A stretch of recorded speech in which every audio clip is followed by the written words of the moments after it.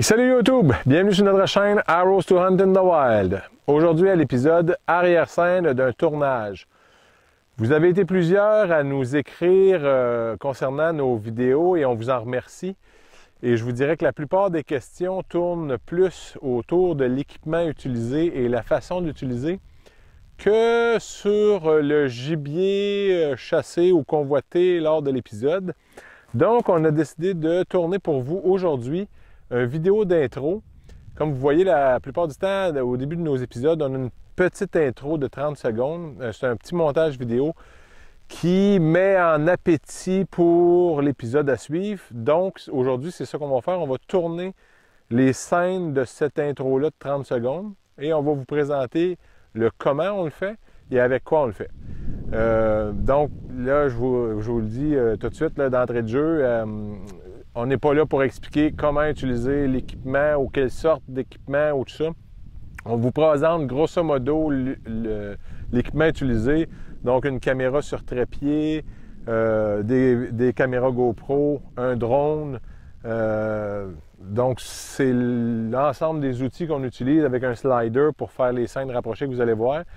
On ne dit pas que vous avez absolument besoin de ça pour faire des bons vidéos. Ce que vous avez besoin pour faire des bons vidéos, dans le fond, ça vous prend une caméra qui filme et des images à montrer. C'est juste ça que ça vous prend. Pour le reste, ça dépend de ce que vous voulez faire avec vos images, puis jusqu'où vous voulez aller dans vos images.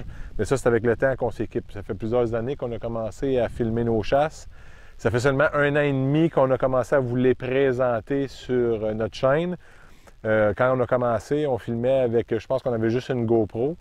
Après ça, on a rajouté une caméra, puis de fil en aiguille. Puis finalement, aujourd'hui, on est quand même assez satisfait de l'équipement qu'on a, même si ce n'est pas de l'équipement professionnel, c'est de l'équipement très respectable qui nous permet de tourner et de s'amuser. Surtout, c'est ça l'essentiel. Quand vous tournez vos vidéos, c'est de s'amuser. Il ne faut pas que ça devienne un travail. Et donc, ben, c'est ça qu'on vous présente aujourd'hui. Fait que vous allez voir l'envers du décor du tournage d'une intro de 30 secondes. À suivre. C'est ça.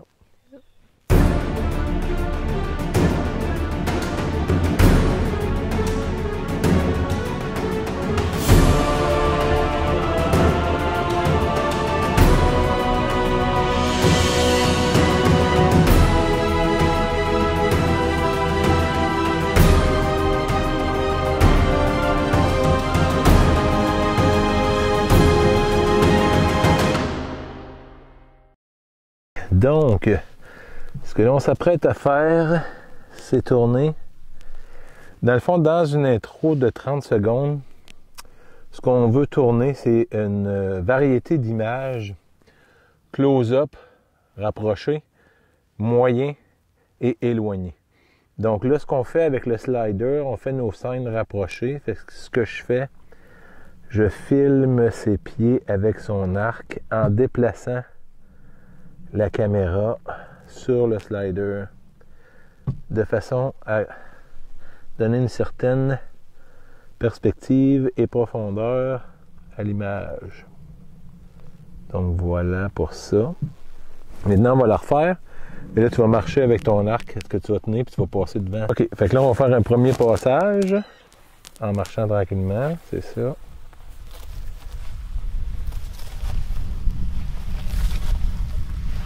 Un peu plus loin.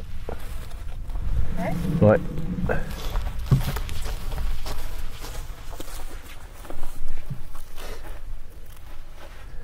Go. Donc en même temps qu'elle se déplace, je déplace légèrement la caméra en sens inverse. OK. On recommence. Et là, je vais le faire dans le même sens qu'elle se déplace. Fait que dans le fond, ce qu'on fait, c'est qu'on tourne une panoplie d'images qu'on va sélectionner au montage, à savoir laquelle est la meilleure. OK, là tu peux revenir. Là, tu vas t'emmener face à la caméra. Puis quand tu vas arriver à distance là, tu vas arrêter et tu vas déposer ton arc sur ta boîte. OK? Action.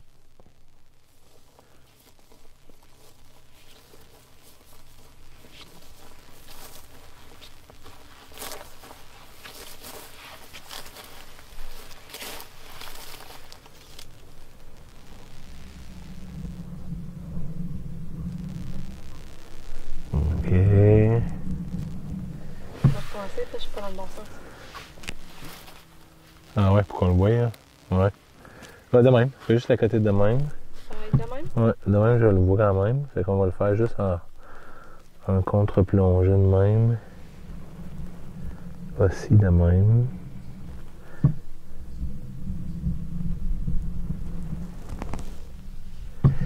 Fait que là, on tourne des images. Et là, naturellement, vous les verrez pas toutes, mais vous allez voir celles qu'on va avoir sélectionnées dans le montage du clip de 30 secondes qui, dans le fond, vous venez de le voir en début d'épisode. Le clip, fait que là, vous voyez le tournage de ce. Donc, ce que vous avez vu, dans le fond, ça, c'est pour faire des images rapprochées, on utilise le slider, pas tout le temps. C'est sûr qu'en situation de chasse, quand vous êtes à la chasse comme telle, on commence pas à amener le slider puis s'installer dans le bois avec le slider puis le trépied puis le... Non. Situation de chasse, c'est plus souvent la caméra dans les mains quand on marche, sur un trépied quand on est dans une cache ou sur un bras articulé quand on est dans un arbre. Ça, c'est quand on chasse. En dehors de la chasse, des journées où on est assis actif à chasser, bien, quand on monte nos vidéos, comme je vous dis, la vidéo de 30 secondes au début, on fait du B-roll, c'est des images pour agrémenter l'histoire, dans le fond, qu'on vous présente nos vidéos de chasse. Bien, c'est comme ça. Donc, on utilise le slider, mais comme je vous dis, vous n'êtes pas obligé d'utiliser un slider. Si vous n'en avez pas, vous pouvez très bien prendre vos mains et faire un déplacement latéral avec un close-up. Ça se fait quand même très bien, là. Là, aujourd'hui, je l'ai mis sur le sac. Il y en a peut-être qui vont se demander pourquoi. C'est parce que avec le gazon, il pogne dans le slider puis ça fait des coches, fait que ça fait une image saccadée. L'idée du slider, c'est d'avoir vraiment une image smooth, un déplacement lent et un gros plan sur un objet qui est proche avec un background flou. Ça donne de la dimension à l'image. Fait que ça, c'est pour ce qui est du close-up que vous avez vu en intro. Maintenant, on va passer au volet drone. Drone, bien, qui dit drone dit grand plan. Donc oui, il va y avoir du grand plan, mais on va vous montrer 2 ou 3 techniques de drone sans plus. Là, on ne rentrera pas dans les détails d'utilisation du drone ou tout ça. Seule chose que je veux dire par rapport au drone, très important, la nouvelle loi est passée depuis juin, ça vous prend votre licence. Fait que votre drone, il faut qu'il soit enregistré avec une licence et ça vous prend un permis de pilote. Je ne commenterai pas sur cette loi-là non plus, c'est pas le but de la vidéo. Je vous dis juste que si vous avez l'intention de faire voler un drone, de vous acheter un drone, vous soyez conscient qu'au Canada, maintenant, ça prend une licence et pour le drone et pour le pilote de drone. Donc, ceci étant dit, de notre côté, on est en règle, donc on va pouvoir vous présenter des images de tournage de drone. À suivre. OK.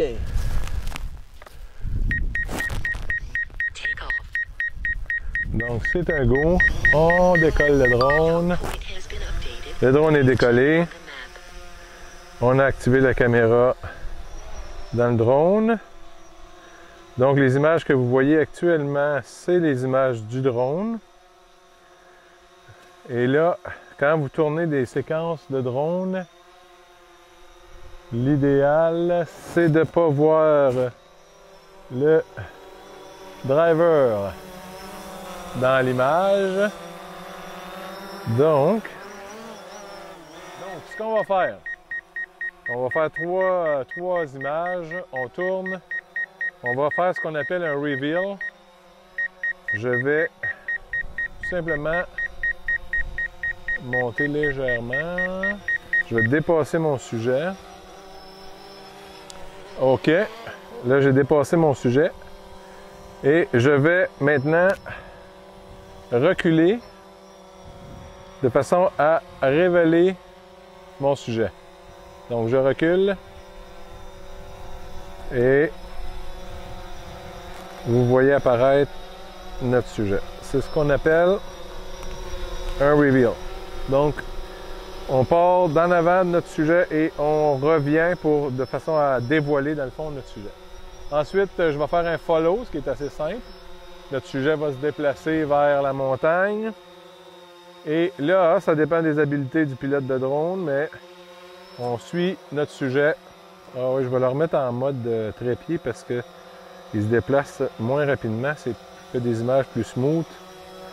Donc, avec le drone, on suit, tu peux marcher plus vite.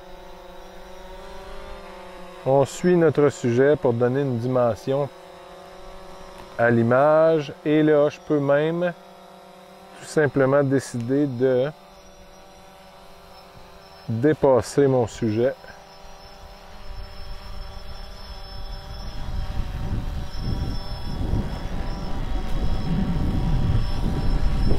Voilà.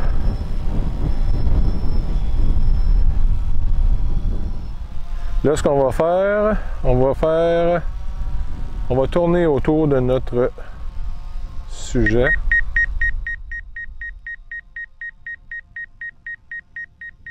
Encore là, c'est parce qu'il est trop proche du sol.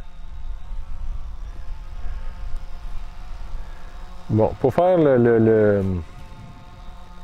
l'image qu'on tourne, il faut déplacer la caméra en même temps qu'on déplace latéralement notre drone.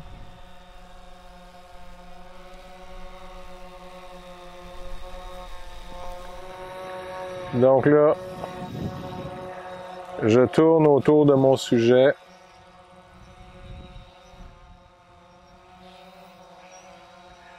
Naturellement, normalement, je ne serais pas dans le plan. Donc, dans la séquence que vous avez vue dans l'introduction, je ne suis pas dans le plan. Et voilà.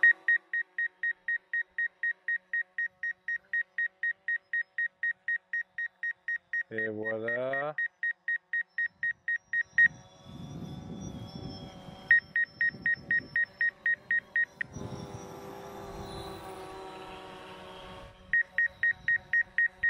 OK.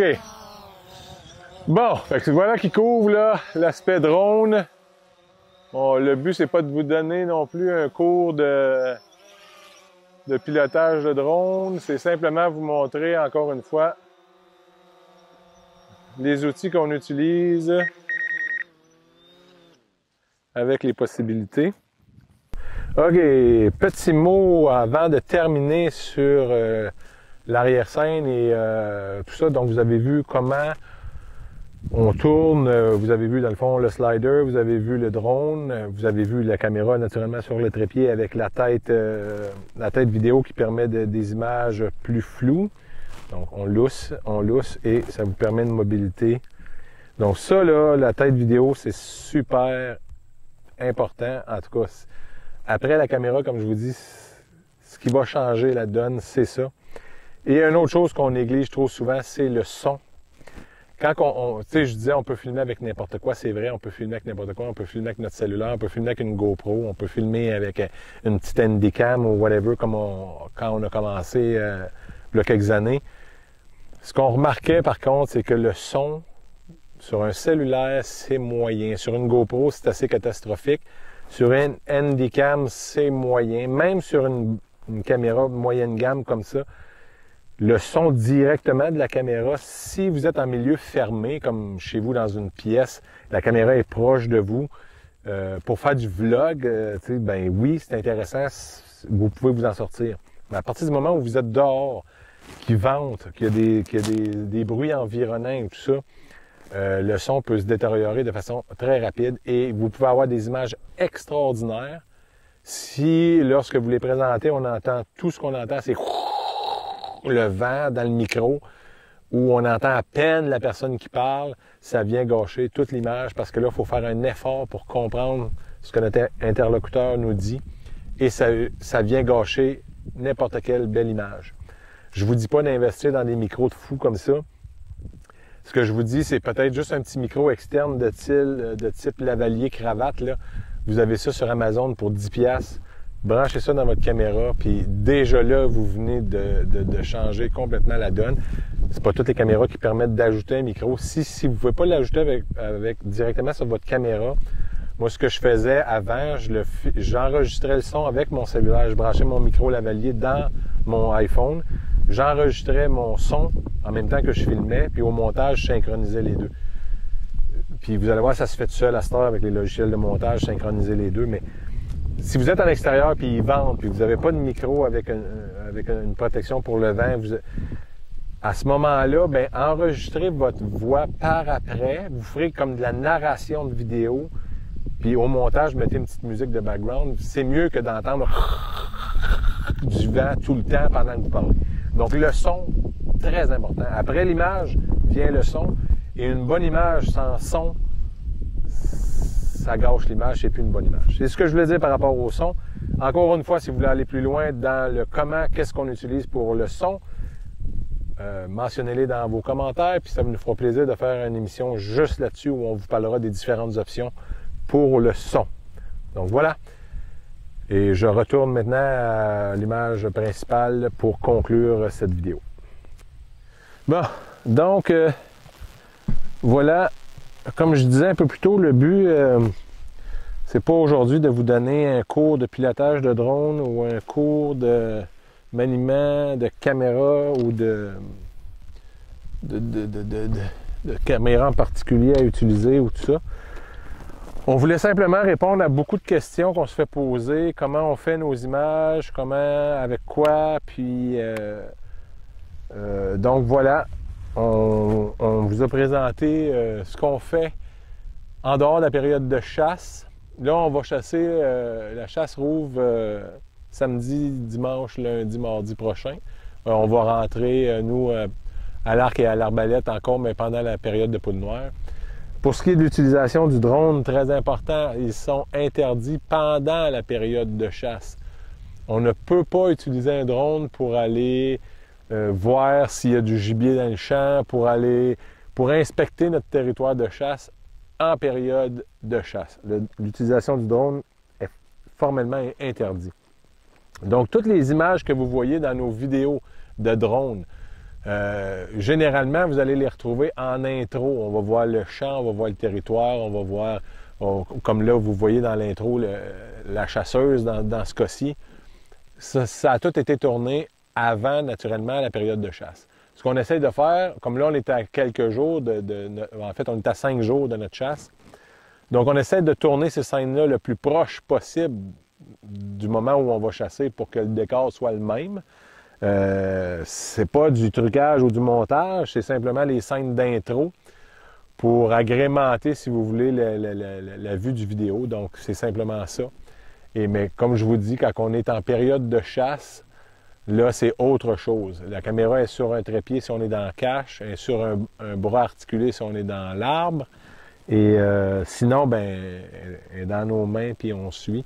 Un outil qu'on aime utiliser pour ce genre de vidéo-là, c'est un monopode qui peut se transformer en trépied. Dans le fond, il y a des pattes, on peut l'ouvrir.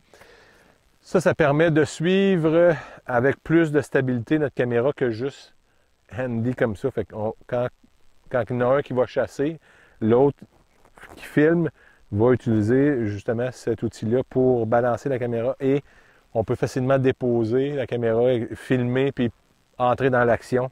Donc, ça permet une mobilité, mais en même temps, ça permet de rentrer dans l'action au besoin. Donc, monopode qu'on utilise beaucoup en période de chasse. Et le trépied, on l'utilise sur laquelle la caméra est montée actuellement. Le trépied, bien lui, on l'utilise dans la cache. Quand on est allé à l'Orignal, c'est plus le monopode qu'on a transporté avec nous. Question de commodité là, que de traîner le trépied qui est pesant et tout ça. Donc, voilà qui conclut cet épisode de... Et là, on me fait signe à la régie. La régie me fait signe que... Oui, la régie me fait signe de ne pas oublier de parler de la GoPro. Ça, je ferai un épisode probablement un peu plus tard. Si ça vous intéresse, là, dans le fond, comme je vous ai dit aujourd'hui, on vous montrait l'envers du décor, mais si jamais vous voulez qu'on aille plus loin dans le comment, dans quels outils, dans... Plus concrètement que ça, bien, dites-nous-les dans vos commentaires, puis ça va nous faire plaisir de rentrer plus en détail à ce moment-là dans le sujet, dépendamment des vidéos sur lesquelles vous aurez des questions et tout ça. Là, vous voulez que je vous parle de la GoPro, qui est un outil essentiel pour tout vidéaste de chasse, en tout cas GoPro ou autre, mini caméra qui permet de les monter facilement sur votre casquette, sur votre arc, sur votre carabine, sur votre arbalète. Nous, on les accroche dans la cache pour se filmer, nous, pendant qu'on filme la chasse. Donc, on filme l'action du chasseur avec la GoPro. Ils vont sous l'eau, ils vont partout. Donc, ces deux petits bijoux-là ne sont jamais bien loin dans nos montages. Et même, je vous montrerai une technique là, où on fixe une GoPro sur la caméra qui me filme actuellement pour filmer en grand plan et plus spécifiquement, si on fait un follow, on suit le chasseur dans l'action. Il peut arriver qu'on tombe hors focus avec ce type de caméra-là, mais la GoPro, elle, va sauver votre shot si vous avez fixé votre GoPro sur votre caméra et que vous filmez. Bien, si jamais vous tombez hors plan ou surexposé, underexposed avec votre caméra, elle, la petite GoPro, elle fait ça de façon magique. Donc, vous allez sauver votre shot grâce à une deuxième image disponible. Donc, voilà ce qui couvre l'arrière-plan du tournage d'une petite séquence de 30 secondes. Généralement, ça prend quoi? Si on regarde l'ensemble des scènes avec le drone, tout ça, là, ça nous prend 2, 3, 4 heures des fois de tournage pour aller chercher des images qu'on vous montre en 30 secondes. Mais ça fait partie du plaisir, justement, de... Et dans le prochain épisode, bien justement, on va faire le montage de tout ça. Fait que dans le prochain épisode, on va vous montrer, encore là, c'est des questions qui reviennent, quels outils on utilise et tout ça. Donc, ça ne sera pas un cours exhaustif de Final Cut Pro, mais c'est celui qu'on utilise. Donc, vous allez voir comment tout ça se transforme en une vidéo avec trame sonore de 30 secondes dans le prochain épisode. Donc, en espérant que ça vous a plu, YouTube, et surtout, abonnez-vous. Faites-nous part de vos commentaires. Si vous en voulez plus, dites-le dans vos commentaires. Ça va nous faire plaisir de vous en tourner plus. Et d'ici là, ben, on se revoit bientôt. Salut YouTube!